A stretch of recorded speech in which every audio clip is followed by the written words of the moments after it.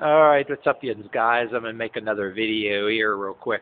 Yeah, I saw on the TV news and the internet news, not too far from, excuse me, not too far from my area, dude worked as a 911 dispatcher, but uh, previously, before, sometime, I don't know, a couple years, sometime before he got arrested for sexting a 14-year-old boy. He was regarded as a hero because he did save somebody's life. And with somebody like that, it's like, well, it's appreciated that you saved somebody's life from a fire and all, but when you were deciding to text or sext a 14-year-old boy and get caught and get arrested, what you're doing is still wrong. What the guy doing is still wrong. The guy needs psychological help, and he needs to learn to differentiate the difference between having affections for somebody that's legal and not against the law your own age, and having affections for somebody, whether they're at legal age or they're not legal age, which is against the law. He got to know the difference between that and just wanting to have someplace to park his dick.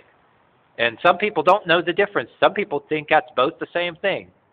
That having legitimate affections for somebody is the same thing as wanting to park your dick someplace, and it's not. Well, there are some people in religions and straight relationships that think that both are the same thing, and they use the Bible to justify it, for having babies or whatever.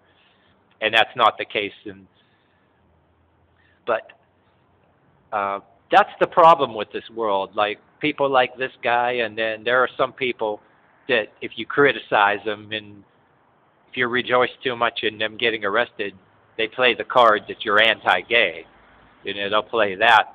There's that anti-gay card they play. Oh, you're anti-gay, shaming tactic, you know what I mean? But whether they're straight or gay, whether they're gay or non-gay, it should be called out. And anything that's somebody underage, that's against the law for a good reason. They should go to jail. Or if it's like one offense or something, maybe if they've gotten psychological help and if it is determined that they differentiate why what they're doing is wrong. But some people just, that doesn't work. They'll just play the system and all that, and they know damn well what they're doing wrong and go back and do it again, you know what I mean? Yeah, that's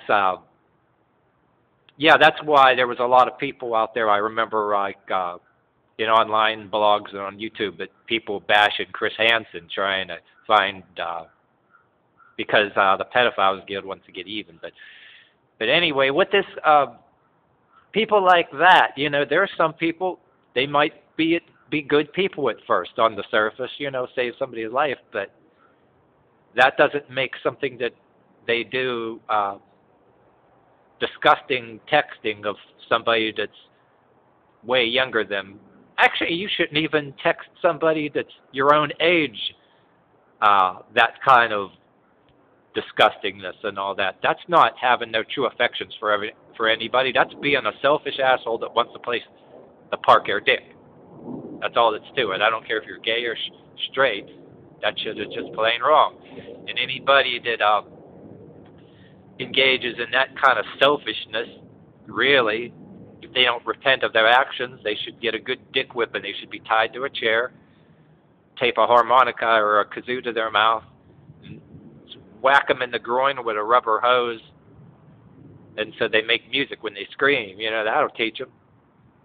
But so when they text somebody, know they have an intention of meeting them for illegal acts, you know what I mean? So